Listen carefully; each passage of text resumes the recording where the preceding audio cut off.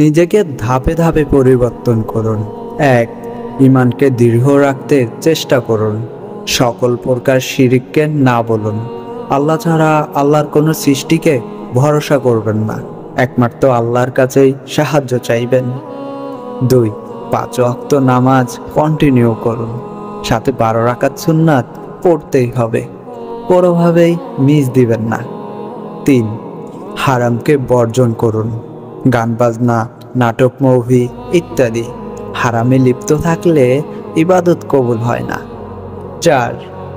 গীবত, পরনিন্দা, অহংকার এই 3টি জিনিস আপনার ব্যক্তিসত্তা থেকে উপড়ে ফেলুন। মনে রাখবেন, গীবত আপনার তাহাজ্জুদ ছিনিয়ে নেবে। যার নামে গীবত করবেন সে অনায়াসে সে আপনার নফল ইবাদত নিয়ে যাবে। তাই কি দরকার এত কষ্ট করে ইবাদত করবেন?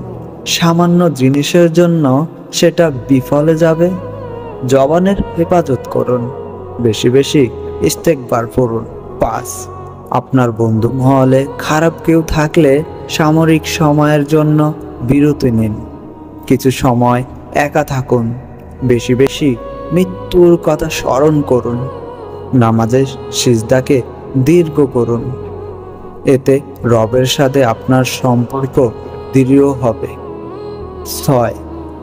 5 ওয়াক্ত নামাজের পর অন্তত 5 আয়াত হলেও কোরআন পড়ুন, সাথে 5 আয়াত অর্থ পড়বেন।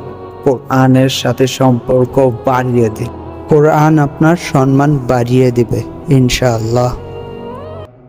আসসালামু আলাইকুম।